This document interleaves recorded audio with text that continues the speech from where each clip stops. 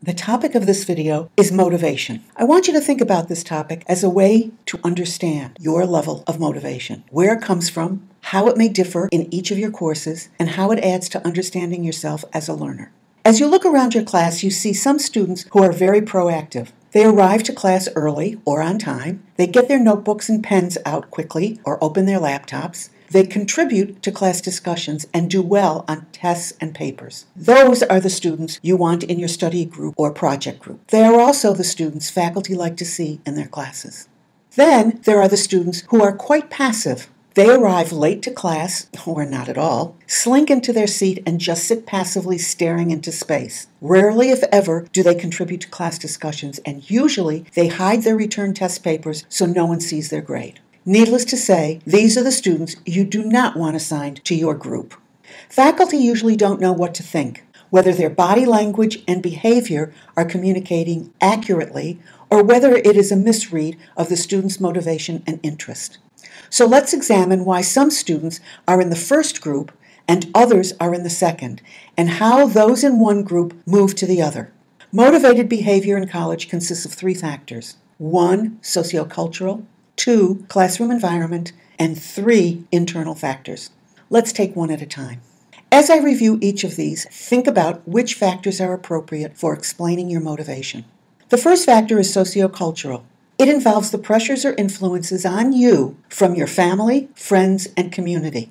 Did you always assume that you would get a college education, or is this a whole new world that has opened up to you? Do you have parents or siblings who have attended college and are influencing your major, so they have communicated what to expect from the experience? Are your aspirations similar to your parents or other members of your family? So do the careers of your family members reflect your passion or interest also? Are you paying for your education? Therefore, are you more focused because you know how much time and effort was used to earn the money? Do you feel the responsibility for the care of children or family members while in college? So do you have additional pressures to your student responsibilities? Finally, do your friends and peers at college have a strong influence on your behavior, and do you have common interests? Is there a connection with other students on campus? Do you think you want to do whatever your friends are doing? Are you afraid to be left out? These are your social cultural factors. So think about what it is in your family or community that is influencing your motivation. The second factor of motivated behavior is classroom or academic environment. This involves everything academic related, so faculty, classes, academic activities, and academic responsibilities. Are you given the freedom to select your own topics for papers and assignments in your classes? Or can you incorporate your interest in an assignment and come up with your own? Does the instructor offer the opportunity for discussion and/or group work? So is your role in class more passive than active?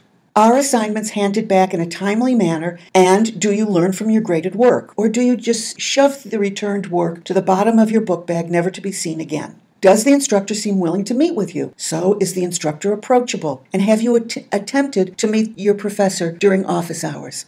Does your professor provide a clear and comprehensive syllabus? Do you get enough information in the syllabus, or are you clueless as to what the professor expects? Does the class have more than 50 students in it? So do you like the idea that you can blend in and go unnoticed? Are you intimidated to contribute in the class because of its size? So think about what it is in your classroom environments that is influencing your motivation, and how can you account for similarities and differences between your courses? Finally, the third factor consists of internal factors or personal attributes, such as your personal values, interests, and self-confidence. Do you value or show interest in different academic courses and tasks?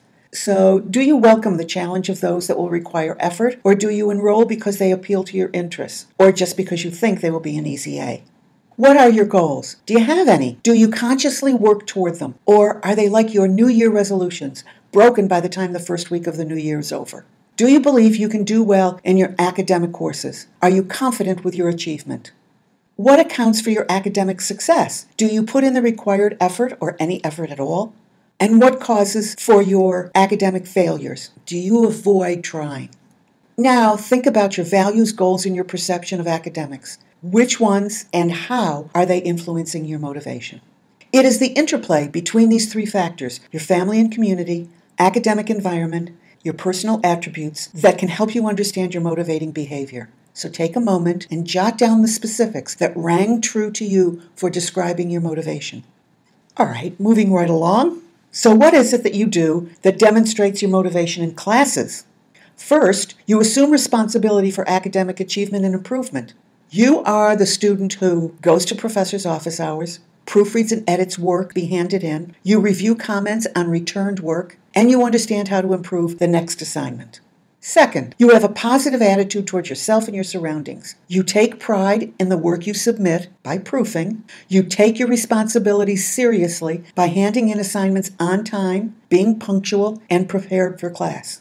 Remember one thing. For some professors, the only way they get to know you is by the work you hand in. If it's sloppy, if you didn't follow directions, they begin to think about whether you really are not only not motivated, but do you really care about anything? So the third factor, as evidence of motivation in your academic performance, is you set goals. Whether a grade or a sense of satisfaction, you are spurred on to achieve.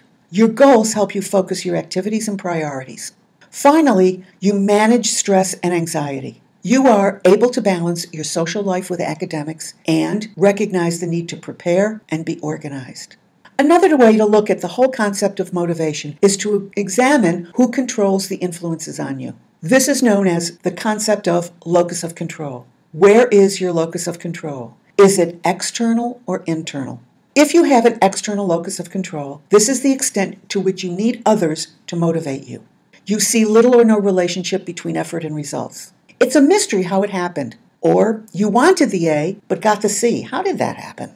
You believe in luck or fate. It doesn't matter what you do. You have the attitude of whatever, or it is what it is. You prefer to follow familiar habits, patterns, and you resist change. You know what it feels like if you just do what you always do. You need someone to motivate you. You rely on your roommate to wake you up for classes. You have little control over your life. You say to yourself, let everyone else make your decisions for you. When something goes wrong, you think there is little or nothing you can do about it. You don't look at your role in the situation. You just feel you are helpless to make a difference. But how about when your locus of control is internal? You see a relationship between effort and results, like grades. If you put in the effort, you are usually rewarded. You are a self-motivated positive thinker. You enter into your test with a positive attitude. You expect to be successful. You welcome the challenge. You see yourself in charge of your own life. You make the decisions in your life that bring you a sense of satisfaction. You try to figure out what happened when things went wrong. You get a paper back and review the errors as well as think about how to improve on the next one. No bottom of the book bag for you. So your goal is to learn how to manage a lack of motivation and how to sustain your motivation and nurture that motivation. So when your motivation decreases, what can you do to minimize the negative consequences? And if you're highly motivated, you need to learn how to sustain it when surrounded by unmotivated peers. You will be using 4 strategies from Chapter 14 to examine your motivation. 1, completing a questionnaire to explore your motivation. 2, examining effective rewards that you can use to help support your motivation. 3, explore your academic fears. And 4, finally, identifying the consequences for your lack of motivation. As you examine your motivation, think about how you can grow it, nurture it, and sustain it. It really is dynamic. We all have peaks and valleys. Navigating them is essential. My previous students have told me they get the most out of this topic when they are brutally honest with themselves. So take the risk and look in the mirror, and so long for now.